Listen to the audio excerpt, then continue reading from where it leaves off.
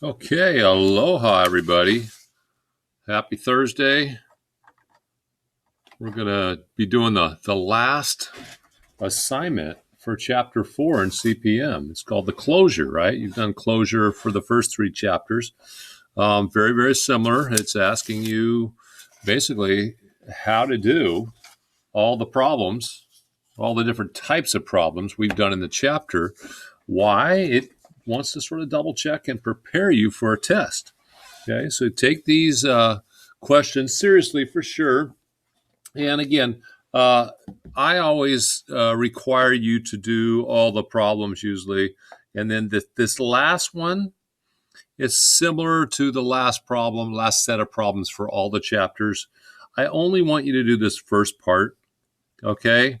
And again, you're going to sort of look at that group of problems. So 4-85, there's A, B, C, D, E, F, G, H. There's 8 different numbers there. You're going to put it on a number line. How well do you understand how to do that entire problem, that whole set? Okay.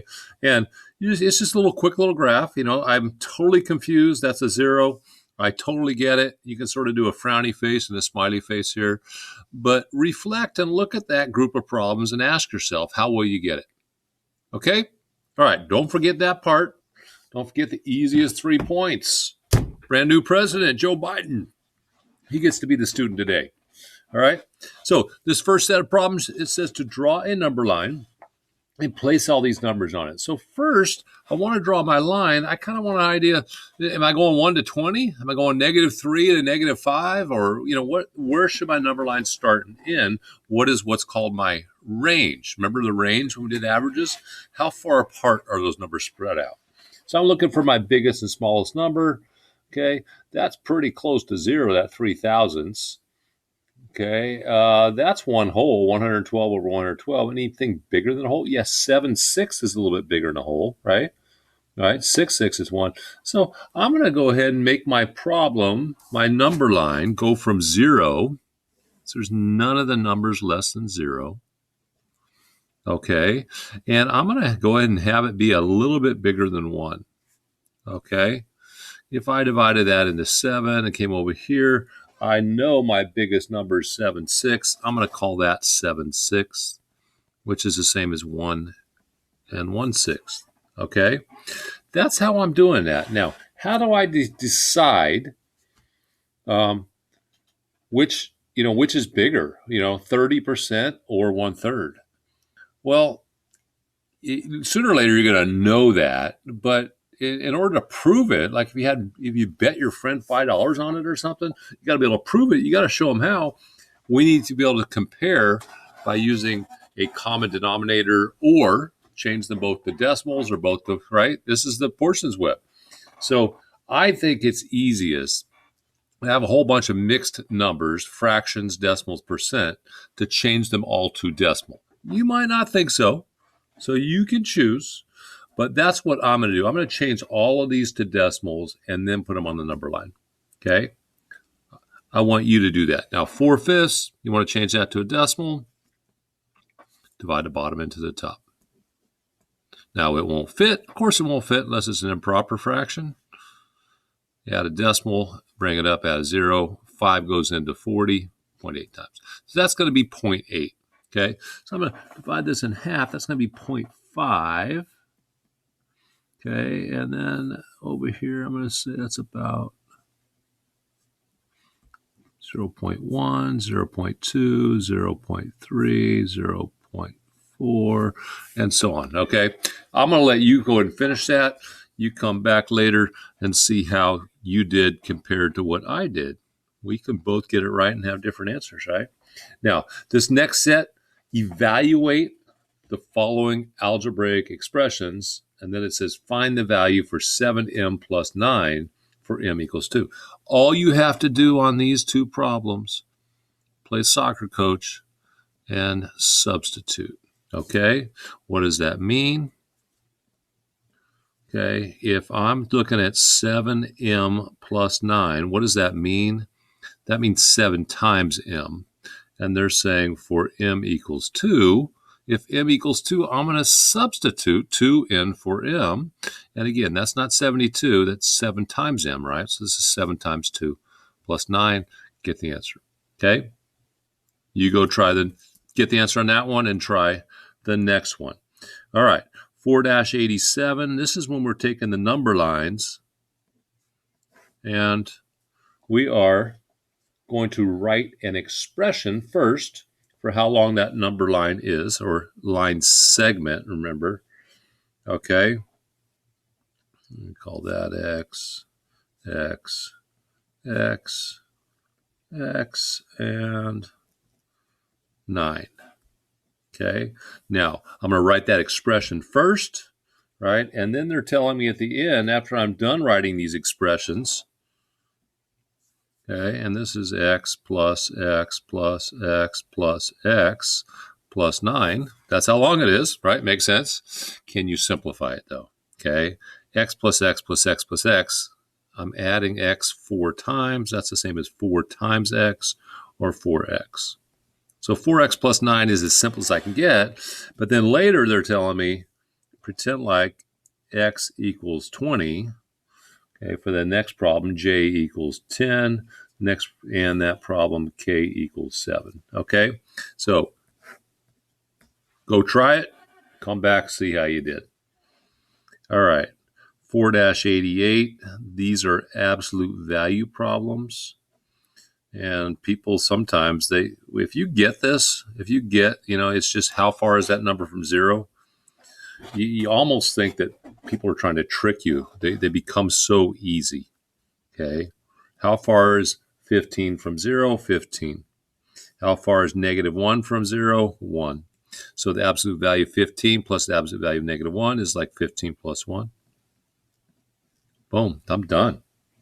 Okay. Just ask yourself, how far is 6 from 0? How far is 0 from 0? Okay. I'll let you do these next ones. Now, an alarm should be going off here. That negative is outside of the absolute value box. So the absolute value is not going to do anything to that. Absolute value 2 is 2. That negative is going to stay. Hint, hint, hint. Okay, you go try that one. Let's do 489. Okay, and that problem, it's saying copy the dot problems, the dot patterns, okay, and write, hey, what happened on figure 0, right? Give yourself a little space. Figure 1 has a dot there, dot there, dot there, dot there. So this is 1. 2, it's going to go up 1 more. And go over 1 more. So now it's 4 over, right? 3, 4, 2, 3. And it's going to keep going up by 1. Now it's 4 and over by 1. All right, now it's 5. Okay, they want you to figure out go this way, right? So I shrink it 1 down, shrink it 1. What is figure 0 going to look like? And then what's 4 going to look like? And then what's 7? Now, if you're good at this, you might turn it into an in and out. Say figure 1 had 1, 2, 3, 4 dots. Figure 2 had 1, 2, 3, 4, 5, 6. Figure 3 had 1, 2, 3, 4, 5, 6, 7, 8. So how many is 4 going to have? 5, 6, and 7. Sometimes you figure out the function instead of just the pattern. Okay. Right triangle has a base of 4 and a sum or a height of 2. Enlarge it. So it's 2.5 times. Okay. So 4 and 2. Let's make it 1, 2, 3, 4. 1, 2, 3, 1, 2. That is a right triangle. Now I'm going to make it 2.5 times. So every one is going to be 2.5. How tall will it be now? 2.5 plus 2.5. It's going to be 5. Okay, now another way of finding that, 2 times 2.5, 2.5. Okay, how wide will it be? Well, go try 4 times 2.5. Okay, I'm going to let you try that one to see if you can finish it. 4-91, man, we are almost done. And then 4-92. 4-91, you need to describe how each of the following enlargement ratios would change a photograph. If I increased it by 15/2, okay, 15/2, that means for every 2, it's now going to be 15. Okay, every 2 in my original. So if it was 2x2 picture, a little square picture, now it's going to be 15 tall and 15 wide. It's going to get much bigger. Okay, so I'm writing that. It is now 15. It would get, I'm even capitalizing, much bigger. Okay, that's A. You're going to try to do B. If it was 4-3 is the ratio. C, 5-6, that's less than 1. And how about 12-12? Okay, you try those. And the last one, use a coordinate grid to plot -2, 3, and 4 and 5.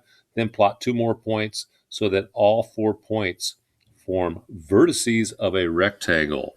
So -2 to the left.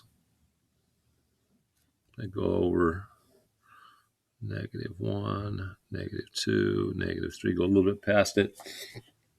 4 and 5. So I'm going to go 1, 2, 3, 4, 5, -1, -2, -3, -4, -5. Might as well go to -5 here and +5. All right. So the first, remember, it's over first, and it can go right or left, up second, and it can actually go down if it's negative, right? All right, so I'm going to plot -2 and 3. Where do I go for my -2? If that's the first number, I'm going to go this way too. Then +3 is going to go up there. -2 and 3. The second one is 4, 5. I'm going to go over how far? Over 4, up 5. Now, I want to make a rectangle. That is a vertice or a corner. That is a vertice. Where could my other 2 points be? I want you to try that one. Okay? All right. That's a good head start. Want to remind you a couple things. With all of the closure problems, okay, if you totally get stuck, go to the next page. You'll see you have answers. Okay? All the answers are given for you. Okay? But don't just copy the answers. Try to figure it out. If you totally have to copy, go to section 1 and look at these problems and go back and figure out, when we did those problems in homework, how did you do them? Watch the videos if you have to, okay? But this is there to help you. The answers aren't there to help you cheat. The answers are there to help you understand, okay? Now remember, closure problems mean we got a test coming, okay? So take this serious. Any that you end up putting, I'm totally confused with a frowny face, you want to ask your teacher about that, okay? Go to the office hours. Ask for some more examples, okay? Go over a couple problems. This is how you become a mature student, okay? All right. Good luck, everybody.